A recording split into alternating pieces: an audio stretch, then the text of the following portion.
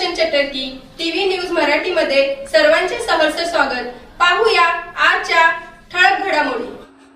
सांगली जिल्ह्यातील जत तालुक्याचे माजी आमदार विक्रमसिंह बाळासाहेब सावंत यांनी कर्नाटक राज्याचे कायदा, संसदीय कार्य, पर्यटन व सीमा प्रभारी मंत्री एच.के. पाटील यांची बेंगळुरू येथे भेट घेऊन महाराष्ट्र कर्नाटक सीमा भागातील कन्नड भाषिक नागरिकांच्या ज्वलंत व दीर्घकालीन समस्यांबाबत सविस्तर निवेदन सादर केले।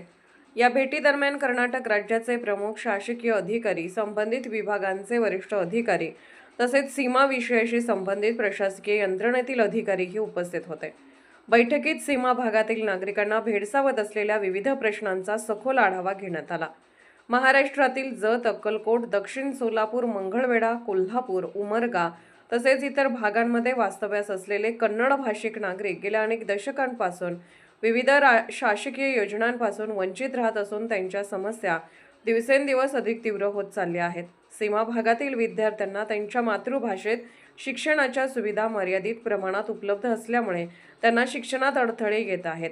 रोजगाराच्या संधीचा अभाव, शेतीसाठी आवश्यक सिंचन सुविधांची कमतरता, पिण्याच्या पाण्याची टंचाई, आरोग्य सेवांची अपुरी व्यवस्था आणि दळणवळणाच्या सुविधांचा अभाव या सर्व बाबींमुळे सर्वसामान्य नागरिकांचे जीवन अधिकच हलाखीचे झाले आहे।